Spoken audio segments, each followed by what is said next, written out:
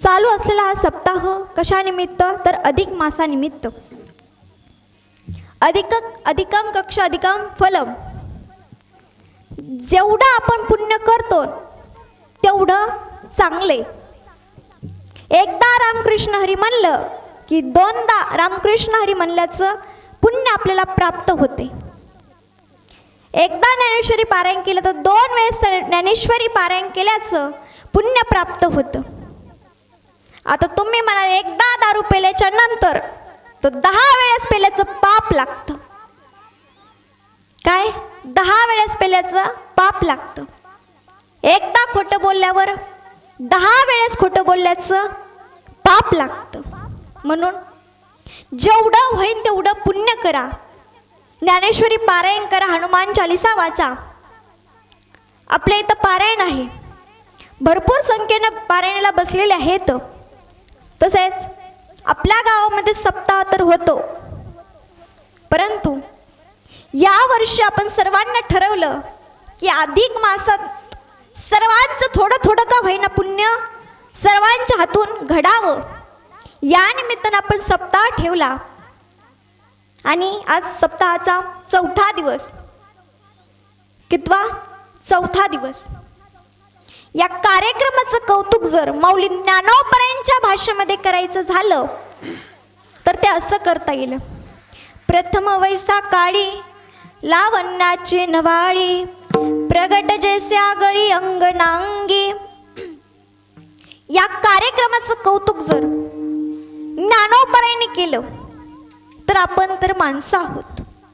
बघा, भरपूर लोक म्हणतात की स्त्रियांनी कीर्तन करू नये, गायन करू नये, प्रवचन करू नये. पण मी म्हणते का करू नये? या सप्ताहामध्ये या परमात्मामध्ये सर्वांना कीर्तन आणि प्रवचन केलं पाहिजे. बघा, जनाबाईनं एवढीशी जनाईतीनं म्हणजे लोकांचे भांडे घासून एवढे मोठं म्हणजे ज्ञानोबराय संतांना प्रश्न केला, विचार केला, त्यांच्या पुढे प्रश्न मांडला. काय काय प्रश्न मांडला की तुम्ही संत जनाबाईंच्या काय मांदियाळीमध्ये चंद्रभागेच्या तीरी जनाईने ज्ञानोबरांना आज्ञा केली आणि ज्ञानोबरांनी अभंग बोलावा. जनी मने ज्ञानदेवा बोलावा अभंग. कीर्तनामध्ये जनाबाई टाळ घेऊन उभा राहत. काय टाळ घेऊन उभा राहत आणि आपल्या माय माऊलीला म्हणे की उरे ज्ञानाई आता अभंग बोल. आणि ज्ञानाई अभंग म्हणत एवढा मोठा अधिकार जनाईंचा. अहो, आपण जर कानोपात्राचं उदाहरण पाहिलं ना तर भगवंतावर तेवढी प्रबळ भक्ती होती, एवढी प्रबळ भक्ती होती की भगवंताला आपल्या शेजारी जागा द्यावी लागली. नोहे नोहे अगोदर दर्शन कान्होपात्रांचे आणि मग भगवंताचे.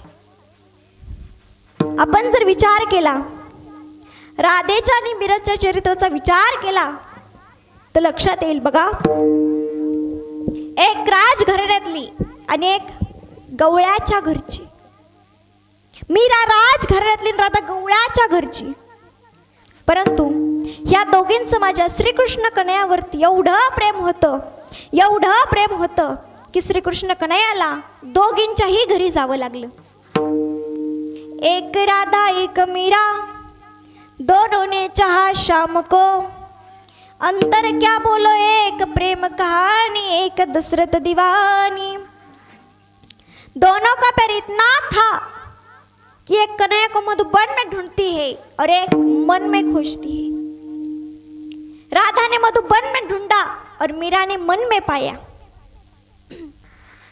आपण मदलसा नारी पाहिली असेल, गार्गी माता पाहिली असेल, कात्यायनी माता पाहिली असेल. अशा स्त्रियांना संप्रदायामध्ये अगळ स्थान दिलेलं आहे. आपल्याला माहित आहे माऊली ज्ञानोबरायांनी वारकरी संप्रदायाचा पाया रचला आणि जगद्गुरु तुकोबरायांनी कळस्थानी विराजमान झाले. कळसाचा वरचा ध्वज म्हणजे पताका झाल्या. बहिणा फडकती ध्वजा संत करता ती ओजा. या वारकरी संप्रदायाचा ध्वजा बहिणाबाई झाल्या. मला सांगायचं एवढंच आहे की या संप्रदायामध्ये स्त्रियांना फार महत्त्व आहे आणि आज निवडलेला अभंग पण एका स्त्रीचाच आहे, छोट्याशा चिमुकली मुलीचा आहे. त्यांनी 3 देवांना उपदेश केला. कोणत्या? लक्ष देऊ नका, मी सांगते पुन्हा विचारे. ज्ञानदेव, नामदेव आणि चांगदेव. किती देवांना? 3 देवांना. बरं बघा, मुक्ताईंना चांगदेवांना आणि नामदेवांना कसा उपदेश केला ते नंतर पाहू. अगोदर भजन करा. विठ्ठल विठ्ठल.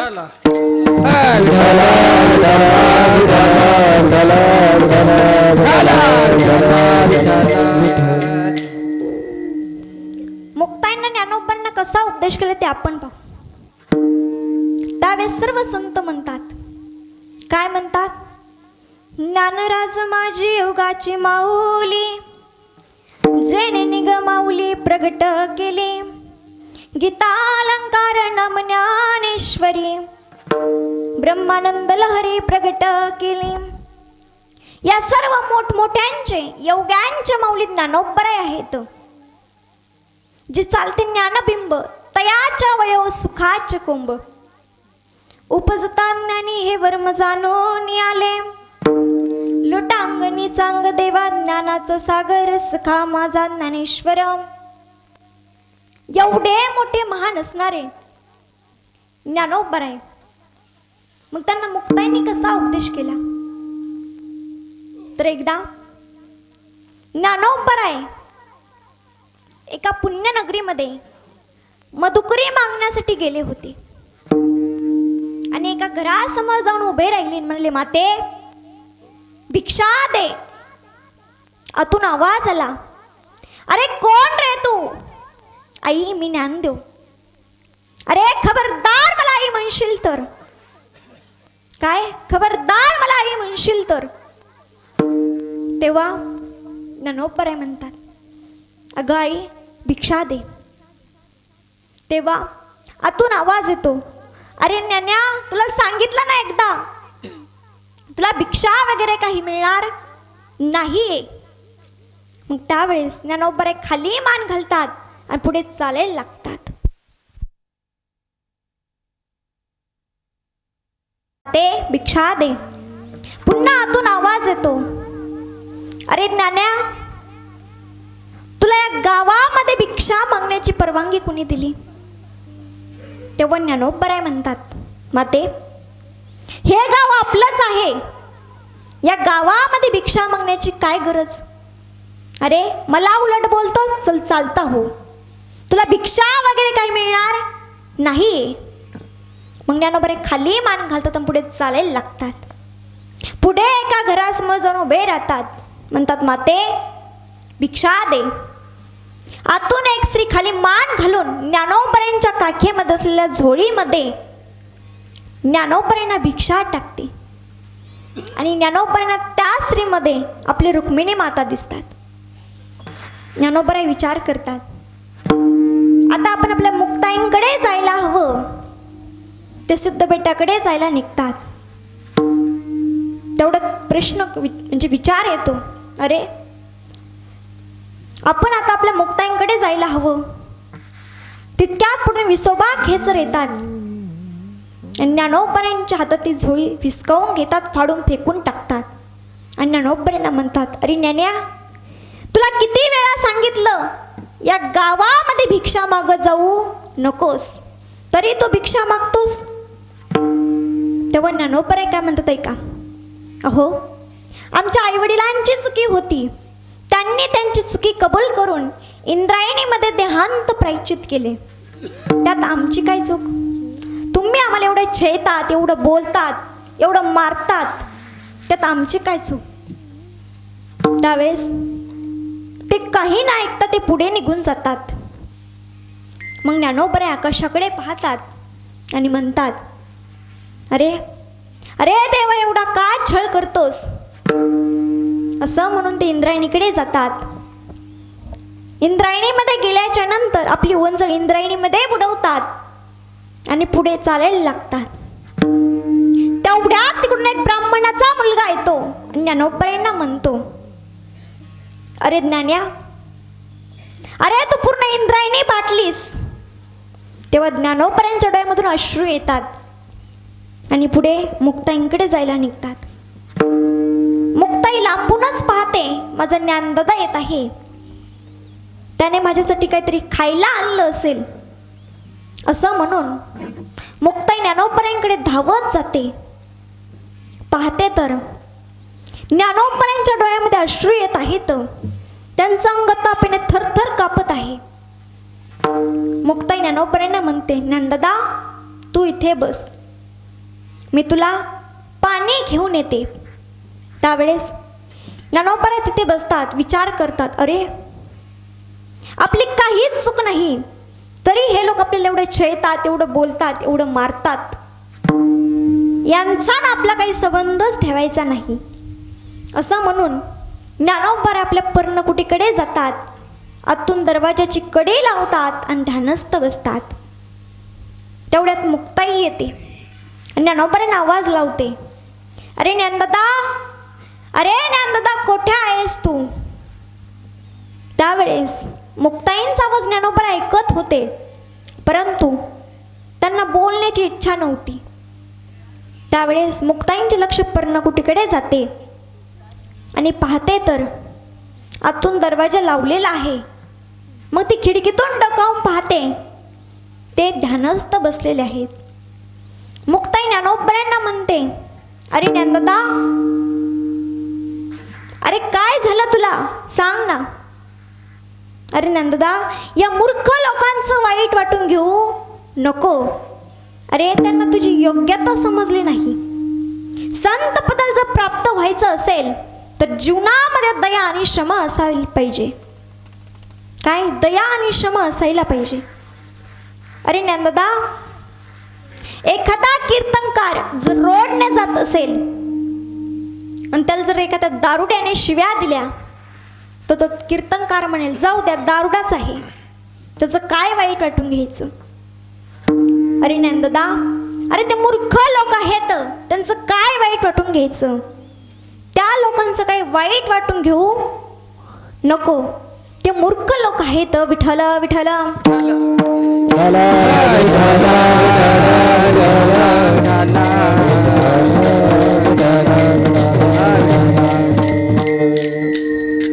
बघा, एका गावामध्ये एक जोडपं होतं, पती पत्नी. पती रोज पत्नीला म्हणायचा, तुला माहीत आहे का मी किती शूरवीर आहे. काय, किती शूरवीर आहे. तेव्हा पत्नी म्हणाली, मला माहीत आहे तुम्ही किती शूरवीर आहात. तेव्हा पत्नी म्हणाली, आता असं एक करा, काम करा की ती तलवार कुटीला अडकून ठेवा. तेव्हा तो पत्नी म्हणाला, अगं माझी चेष्टा करू नको, नाही तर तुला या तलवारीने मारीन.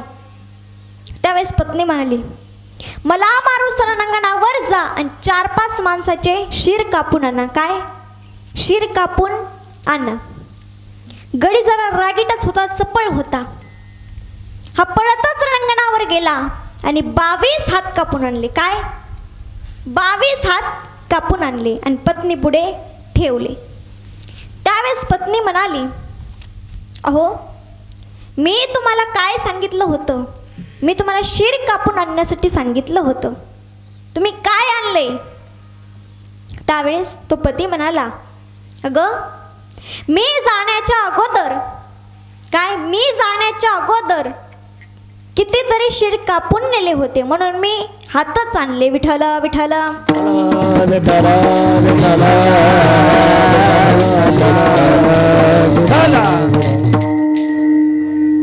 माझा दृष्टांत संपला. सांगायचा भाव एवढाच की शूरवीर कसा असला पाहिजे. छत्रपती शिवाजी महाराजांचे असणारे धर्मगुरू, अध्यगुरू, जगद्गुरू तुकोबराय. आता तुम्ही म्हणत असाल, ताई कीर्तन झाल्यापासून तुम्ही छत्रपती शिवाजी महाराजांचं नाव घेतलं, नेमकं कारण काय, ते कोण होते, त्यांनी काय केलं. तर का 2 मिनिटात सांगून जाईल, नीट लक्ष देऊ नये का. ऐका महिला मंडळ, तुमच्या कपाळावरती कुंकू दिसतंय कोणामुळे, तर छत्रपती शिवाजी महाराजांमुळे. ऐका पुरुष मंडळ, तुमच्या डोक्यावरती टोपी दिसते कोणामुळे, तर छत्रपती शिवाजी महाराजांमुळे. तुमच्या कपाळावरती कुंकू दिसतंय कोणामुळे? तर छत्रपती शिवाजी महाराजांमुळे. मी इथं उभी आहे नारदाच्या गादीवर कोणामुळे? तर छत्रपती शिवाजी महाराजांमुळे. आज जर राजे घडले नसते तर मला अशी मागणी मागावी लागली असती. हुजूर, मैं आपके सामने कीर्तन करना चाहती हूँ, क्या कर सकती हूँ? अशी मागणी मला मागावी लागली असती. आपण म्हणतो राजे, राजे तुम्ही पुन्हा जन्माला या. प्रत्येक भाषणात, प्रत्येक व्याख्यानात, प्रत्येक कीर्तनात आपण म्हणतो राजे, राजे तुम्ही पुन्हा जन्माला या.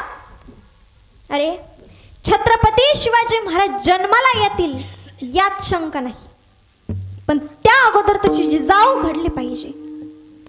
आत्ताची जिजाऊ जर संध्याकाळी 8 वाजता मालिका बघायला बसल्या तर 12 वाजेपर्यंत उठत नाही. उठतात का? नाही. खरं बोलायचं, उठतात का? खोटं बोलल्यावर लय पाप लागतं ह्या महिन्यात. काय टीव्ही आहेत उलट मोठाले झालेत. काय टीव्ही मोठाले निघालेत आता, आधी तरी छोटे होते. काय खरं आहे ना? उठतात का? नाही.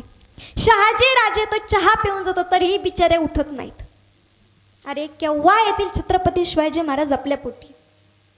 छत्रपती शिवाजी महाराजांसारखा जर सात्विक मुलगा आपल्या जन्माला यावं असं वाटत असेल ना, तर एक वाक्य लक्षात ठेवा महिला मंडळ.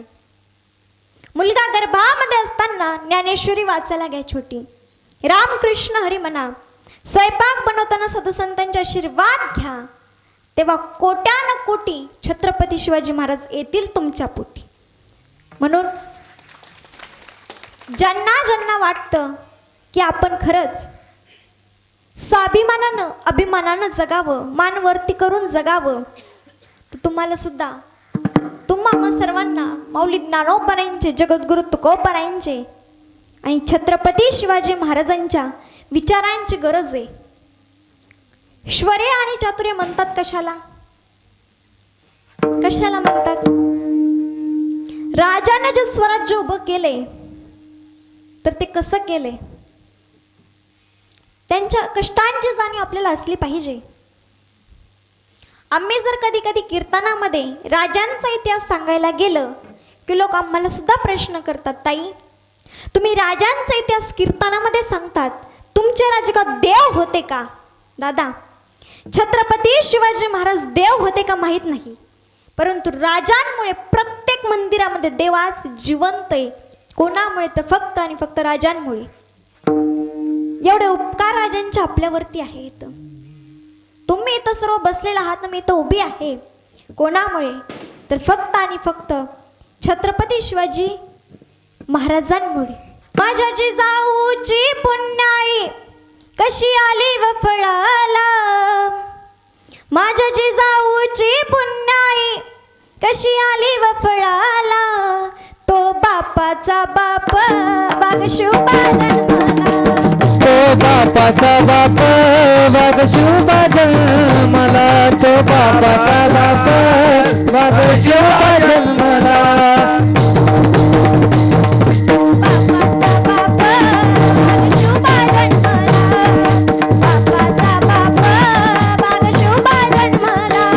माझ्या जिजाऊची पुण्याई कशी आली व फळाला, माझ्या जिजाऊची पुण्याई कशी आली व फळाला,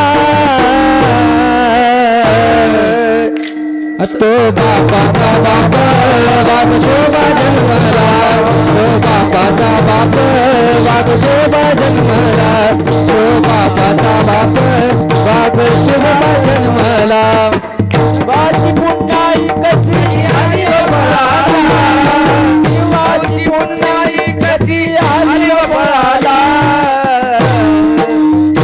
तो बापाचा बाप वाघ शोभा जन्मला, बापाचा बाप वाघ जन्मला, तो बापाचा बाप वाघ शोभा जन्मला, होती माझी जाऊची शपथ घेतली स्वराजाची, आज्ञा होती माझी शपथ घेतली स्वराजाची, जनकल्याणाची शिकवण जगद्गुरु तुकोबाची, जनकल्याणाची शाळा बांधिले स्वरा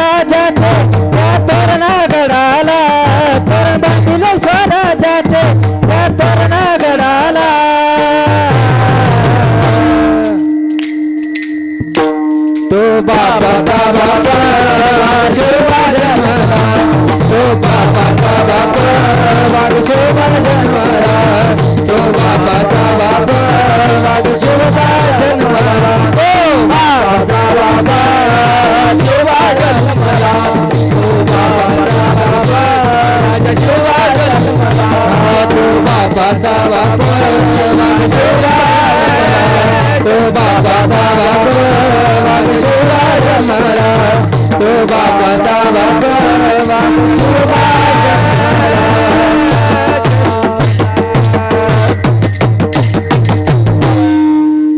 काय शुद्ध ज्ञान आहे. अहो, आमच्या नातरायांच्या जीवनामध्ये एवढी दया होती, एवढे दयाळू होते नातराय. एकदा गंगेवरती स्नान करण्याकरता गेले आणि स्नान केल्याच्या नंतर तिथे त्यांना एक डुकराचे पिल्लू दिसले. काय? डुकराचे पिल्लू. ते पाण्यासाठी व्याकुळ झालेले होते. त्या पिल्लाला पाणी म्हणजे व्याकुळ झाले होते पाण्यासाठी. मग नातराईने आपल्या हातामधल्या कळसातले पाणी पाजले आणि त्या पिल्लाला घरी घेऊन आले. नातराईंची बायको पोरं त्यांना ओरडली, पण नातराईने त्यांना सांगितलं तुम्ही इथून जाऊ शकता. नातराईंचे सर्व त्यांना म्हणजे परिवारातील सर्व त्यांना ओरडले, परंतु त्यांना स्पष्ट एकदा सांगितलं तुम्ही इथून माझ्यापासून जाऊ शकता. नातराईंचे बायको पोरं त्यांना सर्व सोडून गेले, परंतु नातराईंना त्याच पिल्लामध्ये काय दिसला? देव दिसला. विठ्ठल विठ्ठल.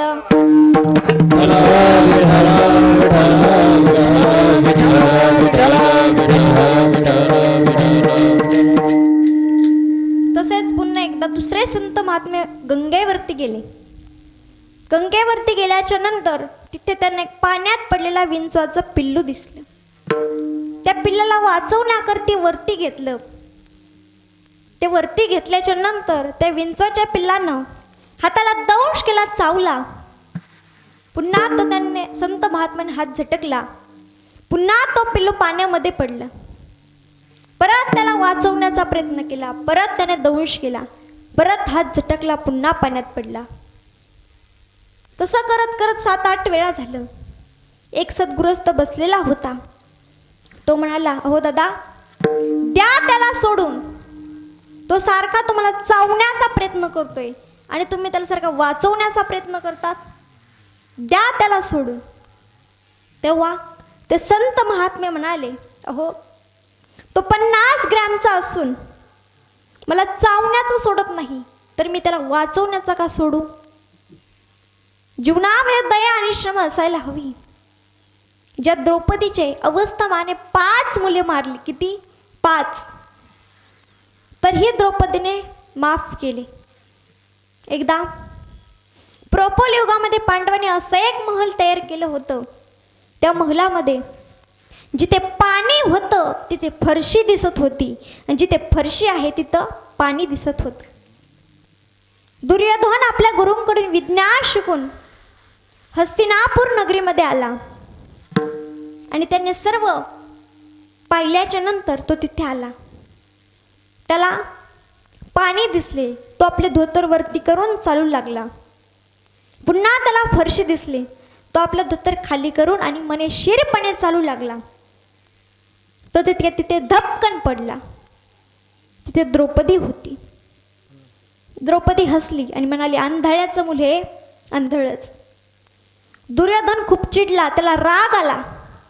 तो म्हणाला, या द्रौपदीला मी सर्वांपणे काय करणार? ठार करणार, नाहीतर मारणार.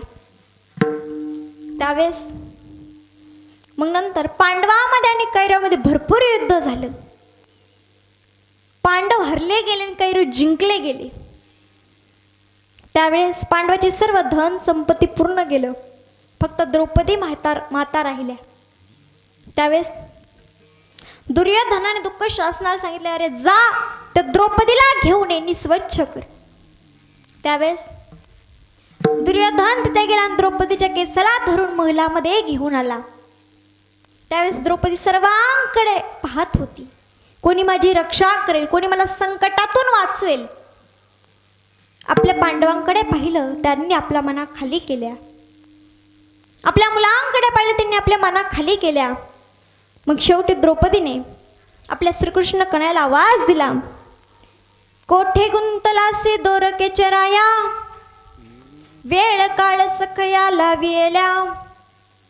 तेव्हा श्रीकृष्ण कन्हैयाने द्रौपदीची रक्षा केली. पुन्हा पांडवामध्ये आणि कैरवामध्ये भरपूर युद्ध झालं. मग पांडव जिंकले आणि कैरव हारले गेले.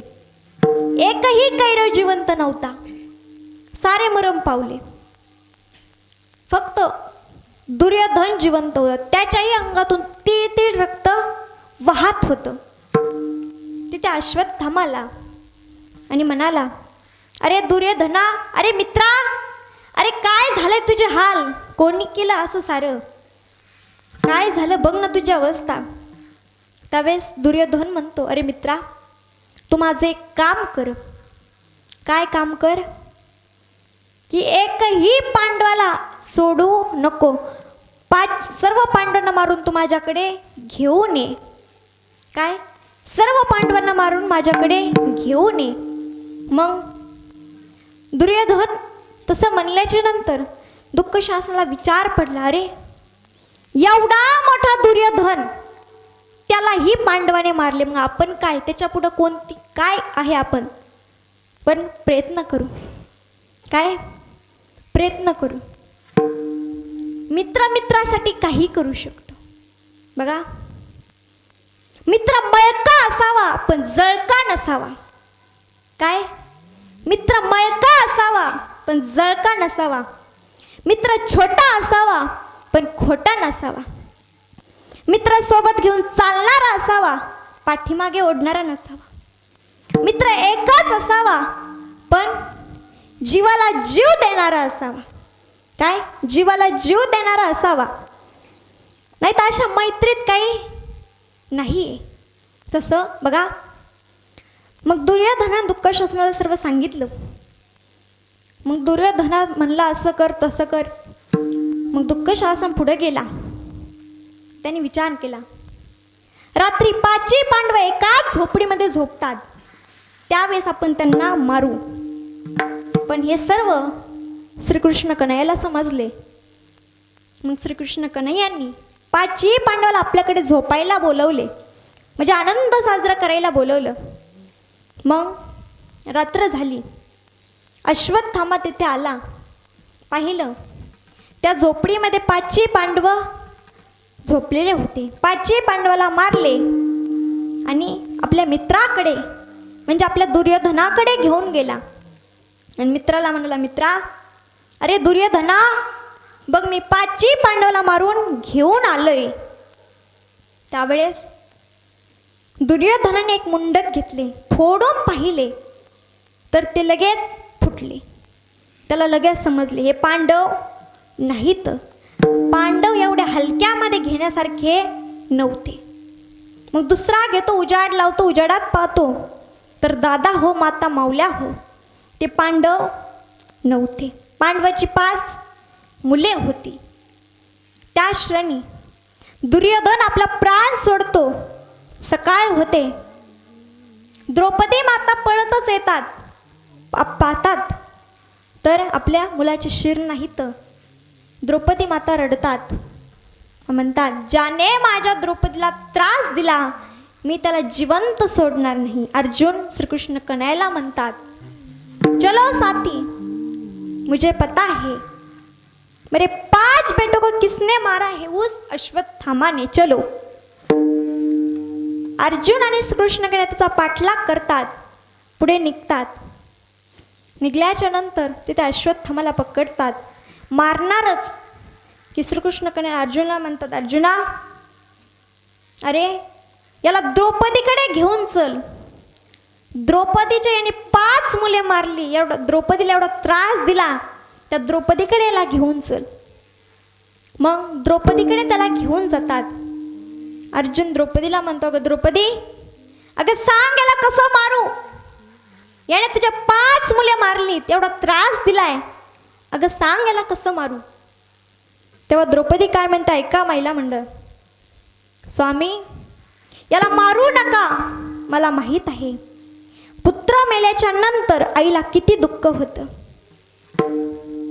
पुत्र मेल्याच्या नंतर फक्त एका आईलाच दुःख होतं हे मला ठाऊक आहे, हे मला माहीत आहे. म्हणून याला मारू नका, द्या त्याला सोडून. बघा माता माऊल्या हो, एवढी जीवनामध्ये दया आणि श्रम असायला पाहिजे तरच संत पदला प्राप्त होतो. तेच मुक्त अभंगाच्या द्वितीय चरण सांगतात. लोभ अंतान ये मना मना, लोभ अंतान ये मना, लोभांतान ये मना, लोभांतान ये मना, मना लोभ अंतान ये मना, मना लोभ अंतान ये मना, लोभांतान ये मना, लोभांतान ये मना. ये जगी विरक्त तोची जाना, जगी विरक्त तोची जाना,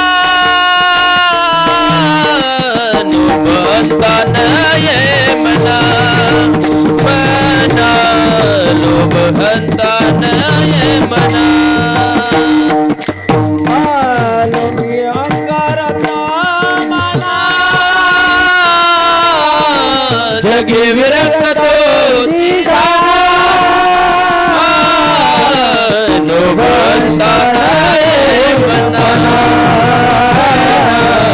लोभ अंतान ये मना.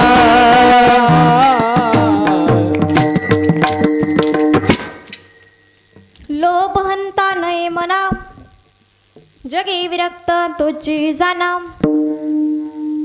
जीवनामध्ये लोभ आणि अहंकार नसेल तर संत पदाला प्राप्त होतो. संत श्रेष्ठ जगदवंदने तुकोबरायांना एकदा शिवाजी महाराजांना धन पाठवलं, पण त्यांनी ते धन साकारलं नाही. ते म्हणाले, आम्हाला या धनाचा उपयोग नाही. तुम्हाला जर वाटत असेल आम्ही सुखी व्हावं तर विठ्ठलाचं नाम मुखी ठेवा. आम्ही जने सुखी विठ्ठल विठ्ठल मुखी. अहो, आम्ही याने सुखी आहोत जेव्हा विठ्ठल हे नाम मुखी असेल. त्यावेळेस जगद्गुरु तुकोबराय संत पदाला प्राप्त झाले होते. तेव्हा ते मिरांच्या घरी गेले, मंबांजींच्या घरी गेले आणि तिथे गेल्याच्या नंतर मंबांजी स्वामींना तुकोबरायांना काट्याच्या फोकाने मारले, काट्याच्या फोकाने मारले. तरीही तुकोबराय रात्री मंबांजी स्वामींच्या घरी गेल्याच्या नंतर त्यांचे हातपाय दाबले.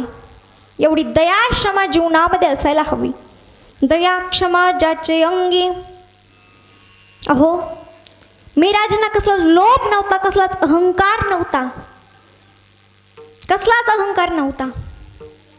गळ्यामध्ये विरा धारण केला, पायामध्ये पैंजण धारण केले आणि गाऊ लागल्या, दीवानी बन जाऊंगी मैं, दीवानी बन जाऊंगी. तेव्हा मिराजींचे वडील राणाजी म्हणाले, अगं मीरा, अगं सोड त्या श्रीकृष्ण कन्हैयाचा नाद. अगं आपण सावकार आहोत, अगं तू राजघरातली वंश आहे, तुला हे शोभत नाहीये. त्यावेळेस मिराजी म्हणतात, मी नाही सोडणार माझ्या कृष्णाचा नाद. त्यावेळेस मिराजींची आई मिराजींना समजावून सांगते, अगं मीरा, सोड त्या कृष्णाचा नाद. तरी मिराजी नाद सोडत नाही आणि भजन करतात. श्री कृष्ण गोविंद हरे मुरारी, ए नाथ नारायण वासुदेव. श्री कृष्ण गोविंद हरे मुरारी, हे नाथ नारायण वासुदेव. हरे मुरारी, हे नाथ नारायण वासुदेव. नाथ नारायण वासुदेव, हे नाथ नारायण वासुदेवा हे नाथ नारायण वासुदेवा हे नाथ नारायण वासुदेवा कृष्ण गोविंद हरे मुरारी हे नाथ नारायण वासुदेवा कृष्ण गोविंद हरे मुरारी वासुदेवा नारायण वासुदेवा हरे मुरारी हे नाथ नारायण वासुदेवा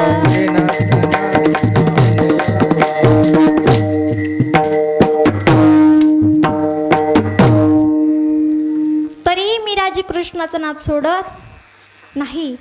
मग मीराजींना सर्व संपत्तीतून बेदखल केलं जातं. तरी मीराजींना कसलाच लोभ नव्हता, कसलाच गर्व नव्हता. आपल्याकडे थोडी प्रॉपर्टी आली, थोडा बंगला आला, थोडं पद आलं, थोडी काहीतरी आलं की आपल्याला गर्व येतो, मान येतो, लोभ येतो. पण त्या मीराजींना कसलाच लोभ नव्हता, कसलाच गर्व नव्हता. काय? कसलाच गर्व नव्हता. बघा, एखाद्यानं घर बांधलं, त्या घराच्या पूजेला बोलवलं तर जायचं, नाही बोललं तर राहिलं. पण मागं कशाला म्हणायचं? काय? व्याजाने काढले असेल, नाहीतर पाहुण्या रावळ्या करून गोळा करून बांधलं असेल. बरं, एखाद्याने गाडी घेतली, पूजेला बोलवलं तर जायचं, पेढे खायचे, वापस यायचं. नाही बोललं तर नाही जायचं, घरी बसायचं. पण पंचती कशाला करायच्या? नाही करायच्या नाही. जाऊ दे, भाड्यानेच आणली असेल, हप्त्यावरच आणली असेल, नाही सेकंडच असेल, हां, नाही तर सप्त्यावरच आणली असेल. कशाला पंचती करायची? कशी का आणणं? तुला काय करायचं? काय करायचं तुला? कशी का आणणं? तसं म्हणजे मागं निंदा चर्चा नसायला पाहिजे. आणि निंदा ही असायलाच हवी. काय? निंदा ही असायला हवी. त्याशिवाय माणसाची प्रगती होत नाही. दोन तरी लोक आपल्याला मागं नाव ठेवणारे असायला हवेत. दोन तरी, चार नाही, दोन तरी असले तरी बास. आणि निंदा चर्चा उसी की, निंदा और चर्चा उसी की होती है, वो जिंदा होता है. जिवंत माणसाचीच निंदा आणि चर्चा होती. देवाला गेलं तर घरचं म्हणजे शेजारी पाजाऱ्या गावातलं काढायचं. तुम्ही देवाला कशाला गेला? दर्शनाकरिता. कशाला? दर्शनाकरिता, देवाला भेटण्याकरिता, त्याचं नामस्मरण करण्याकरिता. पण तिथं गेल्याच्या नंतर काय करतो? ती तुला अशी म्हणली होती. काय? ती तुला अशी म्हणली होती त्या दिवशी. बरं जाऊ दे, मी सांगते, पण तू नको म्हणू, तीच म्हणली होती. काय? तू नको म्हणू, ती म्हणली होती. फक्त म्हणायचं मला समजलं होतं, मी त्या दिवशी आलते तिथं आणि मी ऐकलं. काय? मी ऐकलं. असं म्हणतात ना, भीतीला सुद्धा कानं असतात. भीतीला नसतात, माणसालाच असतात. भीतीला नसतात. बरं, असो, निंदा आणि चर्चा नसायला हवी. बरं, असली तरी आपली प्रगती होते आणि नसली तरी प्रगती होते. बघा, काय चालू होतं आपलं विषय? काय चालू होता? कीर्तनच चालू बाबा. पण विषय काय चालू होता? लोभ आणि अहंकार. हां, लोभ आणि अहंकार नसायला हवा. एकदा भगवंतामध्ये एक सुंदर असा प्रसंग आहे बघा.